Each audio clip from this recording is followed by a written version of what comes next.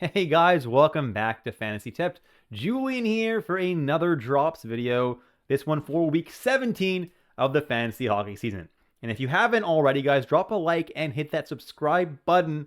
And I would really appreciate that because obviously that means a lot to me. And if you do want to take the sport to the next level, check out the link to my Patreon in the description below, or you can hit that join button right here on YouTube if you do want to support this channel just a little bit more. Obviously, I really appreciate that as well. Now, before I jump into the drops content today, guys, I did release a waiver wire video a day or two ago, depending on when this ends up going live.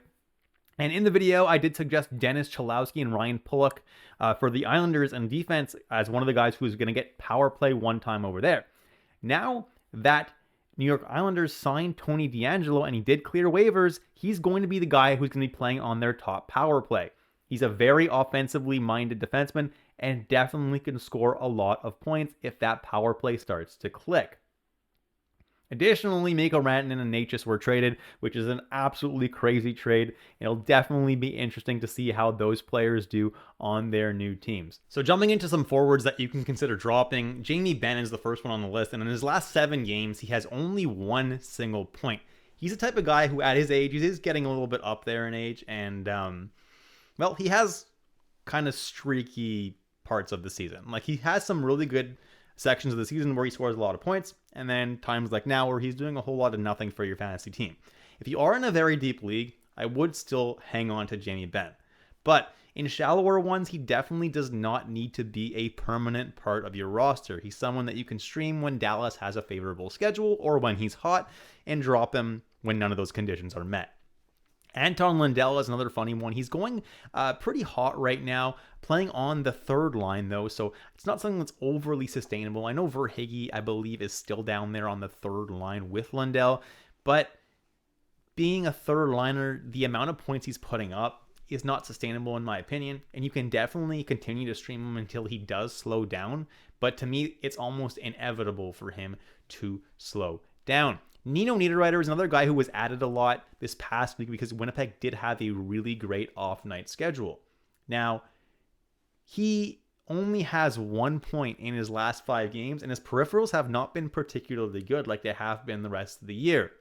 He's someone that really doesn't need to be owned on weeks where Winnipeg has an unfavorable schedule. Not that they have an unfavorable schedule this week, but they have just a normal schedule. He's someone who is a third liner himself and just isn't all that fantasy valuable. Quinton Byfield, despite his triple eligibility, is no longer on his hot streak, so he is an easy drop in LA. He's really not that fantasy valuable. And Logan Stankoven, I love him, and I think he's got plenty of talent, but at this point, it seemed like he was finally going to break out. It's not happening, so he is an easy drop as well. And then jumping into defensemen, Thomas Harley is an easy drop. He's been a huge disappointment all year. Not a lot of points. His peripherals haven't really been that good, and he's being owned in 79% of leagues. Come on. He is someone that is an easy drop, and I'm sure there are better options on your waiver wire unless you're in a super deep league. Hanifin, same thing. He has not been good this year. Peripherals, not good. Points, not good. There are definitely better options on your waiver wire. Now, Brant Clark is a drop now because Drew Doughty looks like he's going to be coming back this week, which is amazing news because, well, Drew Doughty is going to be the top power play guy in LA, and he's definitely going to do well fantasy-wise. It's not good news for Brant Clark owners because even though he's not even on the power play 1 now, it means he's not going to be going back onto the power play 1. And as it is, his point production has not been very good, and his peripherals have not been great either. He is a drop at this point. Luke Hughes is a drop. He's not on the top power play, and his peripherals are absolutely awful. So even if he's putting up points every few games, it's not enough to justify having him in your fantasy lineup. And Bowen Byram, as much as I love the guy, I think he's a great defenseman.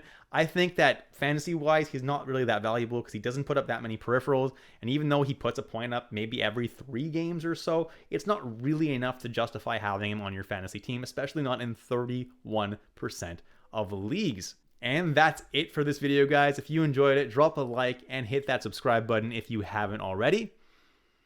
Thanks again for watching, and I'll catch you in the next episode of Fantasy Tipped.